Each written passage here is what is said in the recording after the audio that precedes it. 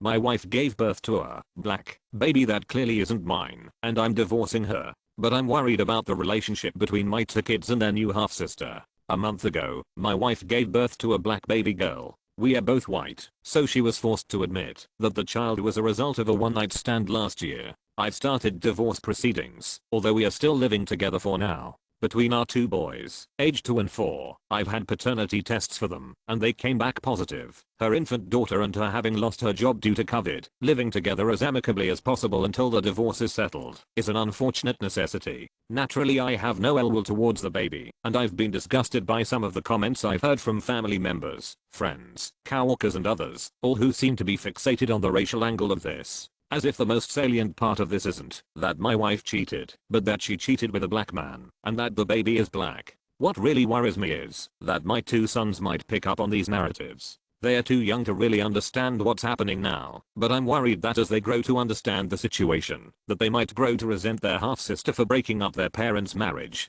And worse, that their resentment might express itself in a racist fashion, under the influence of the aforementioned racist narratives. Any thoughts on how I should try to influence my sons away from that perspective? It probably doesn't help that we live in a suburb with very few black people and their half-sister is really the only black person my children know. Update, I think my M32, GF.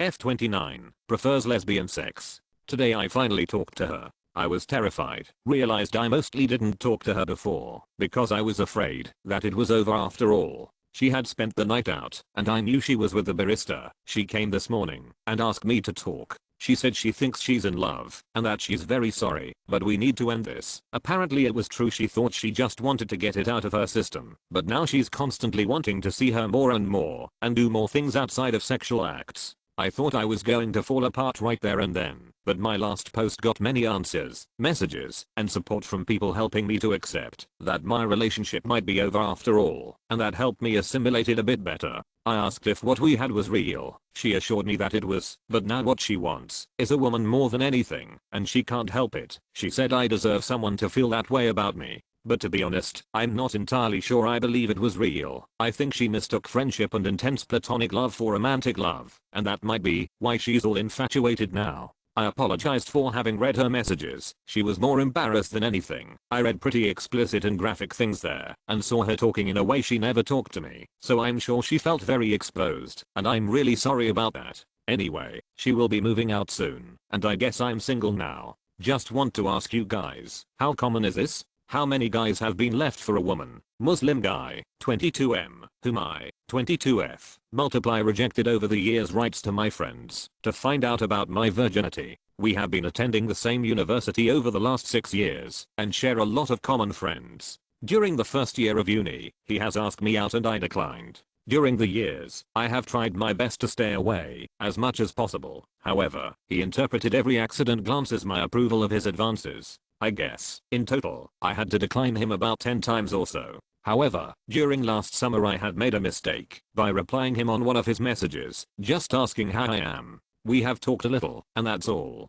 Soon after I had stumbled upon him near my house. I confronted him again. He denied following me. After that I told him to stay away and blocked him in all social media. It all has been silent until last month. 2 weeks ago my best friend told me he wrote her, directly asking her if I have ever been in a physical relationship with a man. She didn't answer him, except asking why on earth does he want to know such personal information. He did not reply. Today he wrote to her again, demanding a link to my hypothetical boyfriend profile. I lost my wits, wrote to him again, telling him to leave me and my friends in peace. He denied writing to my best friend, which is absolutely foolish. I have ranted and once again blocked him. However, I do not believe this is the end. I'm angry at such intrusion in my personal life and a little scared for my safety. I mentioned his religion because he came to our city from southern regions with very traditional views upon marriage and female consent. He never seemed dangerous or violent in university, just a little slow to understand. What am I to do?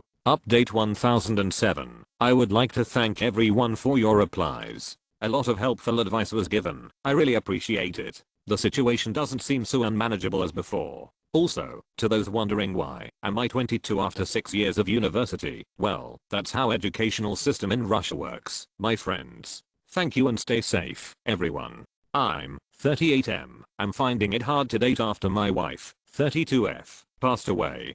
Hi everyone. 5 years ago, my wife of 6 years was killed in a car crash. We had a 3-year-old daughter at the time, who is 8 years old now. Life has been anything but easy since, but I've been lucky to have a strong support system of family and friends, and have a strong career which has helped us get by. Over the past 6 months, I've thought about getting back into dating. Funnily and eerily enough, my wife and I had talked about what we would do if one of us died young, and we were firm that the other person should dare to marry again, so I know this is something she would have wanted. I'm also eager for companionship and a relationship, but I haven't had much success at all. My major issue is I compare every potential partner to my wife in my head. It's like I'm looking for an excuse to not give that person a chance. I want to make it clear that I'm not looking for a new mother for my daughter, but I wonder if women might think I am and get turned off. Basically, I'm playing out every worst case scenario in my head. Any advice on how to tackle this? Ex-fiance, 32F, of 8+ years broke up with me,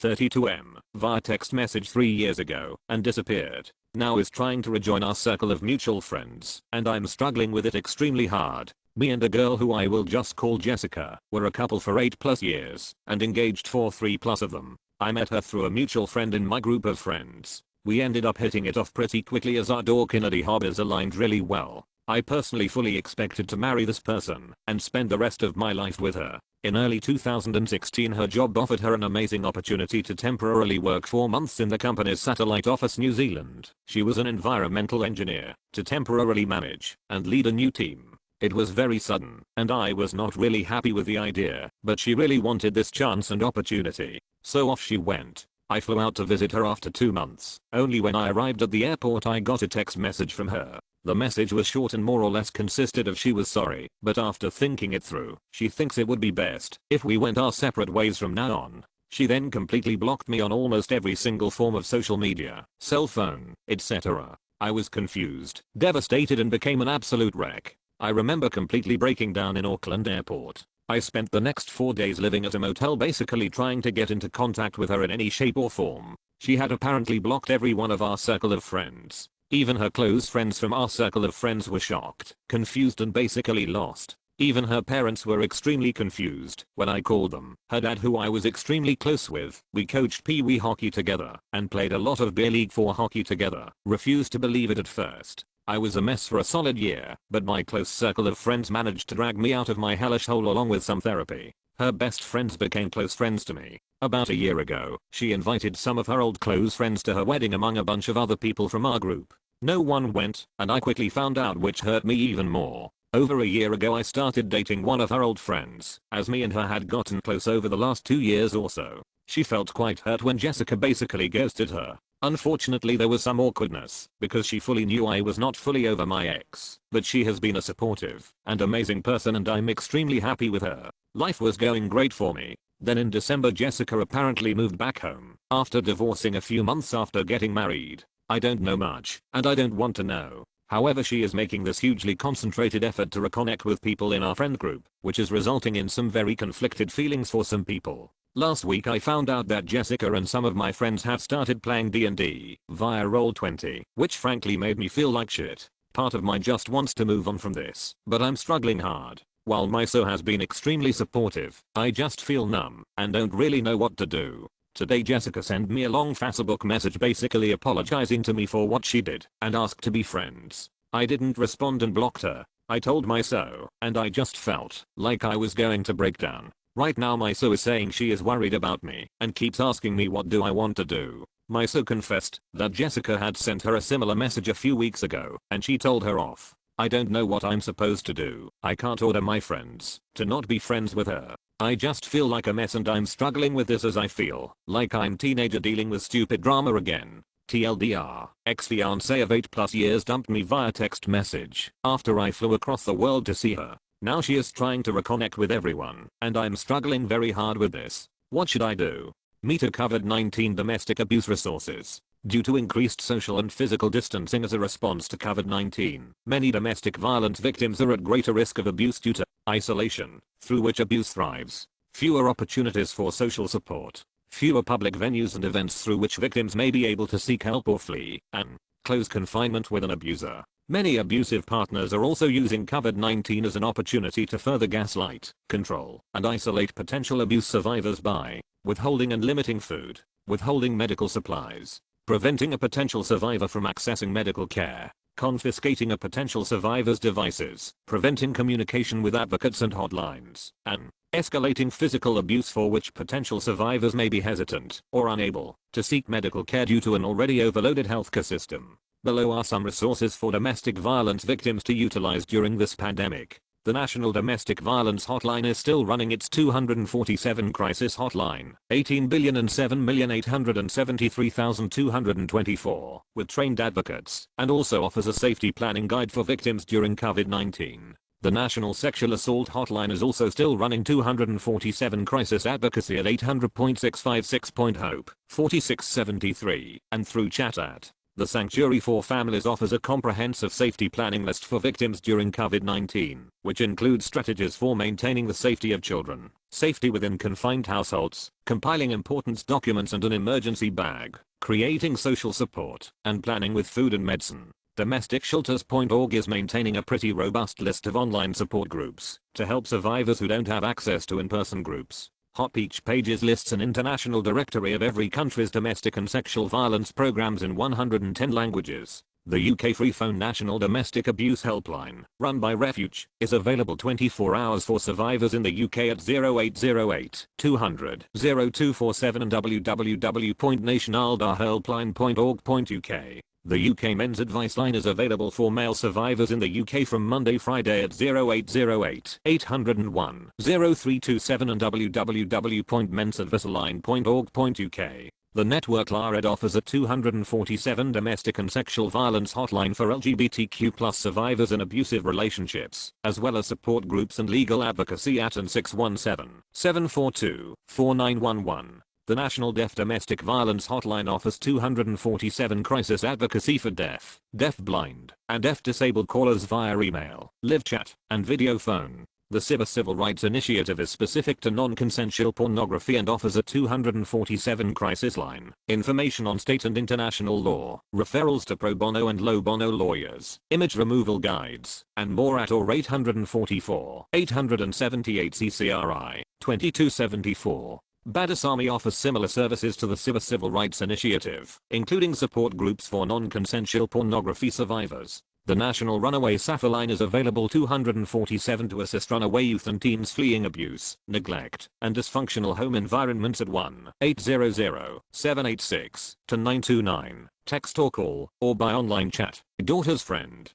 F18 is making me M45 uncomfortable. I have known this girl for years. She always was a sweet girl, and one of the things I always liked about her and my daughter was that they were never the type to be 14 going on 40. Her family life is stable as far as I know, and up until around 6 months ago she treated me like an adult, that is, a vaguely human-shaped object that dispensed lifts and shit music. But around the time of my wife leaving my daughter and I, she and my daughter started making jokes between each other about getting me a new girlfriend. When I'd overhear, I'd ignore it, and the two of them would go all red and embarrassed. Then it seems to have escalated to her getting uncomfortably flirty with me. I acted dumb initially, but had to actually say something to her about it, because it was getting way too frank. It stopped for a while, but after turning 18, she started up again and just made fun of me when I tried to tell her to stop. So, to avoid anything else, I cut myself out of giving rides if she was in the party or being anywhere where she might be. But the past 2 weekends, she has called me in the middle of the night drunk as hell saying that she is going to walk home if I don't pick her up.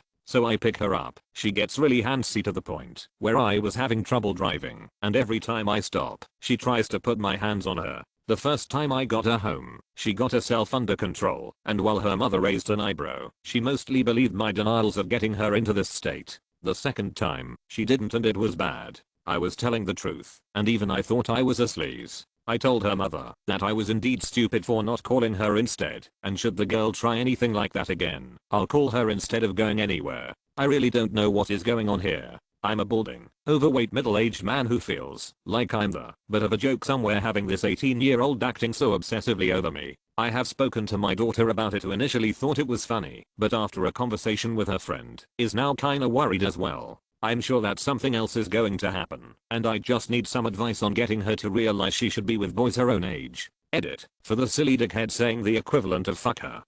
I have known this girl for 10 years. She was less than 3 feet tall when I first met her. She has come to sleepovers, birthday parties and family holidays. She has reached an arbitrary age that has confused her and is still learning the power of her femininity. She is acting in a way that could be dangerous around the wrong person. I want her to find true happiness in her life, and I want her and my daughter to stay friends so they can lean on each other during the difficulties of adulthood. The last thing I want is to mess up a young woman's mind and emotions for the sake of an orgasm. I'm fairly sure it would mess me up as well. So for fuck's sake, lay off the porn and have some goddamned sense. Second edit, a few questions answered. 1.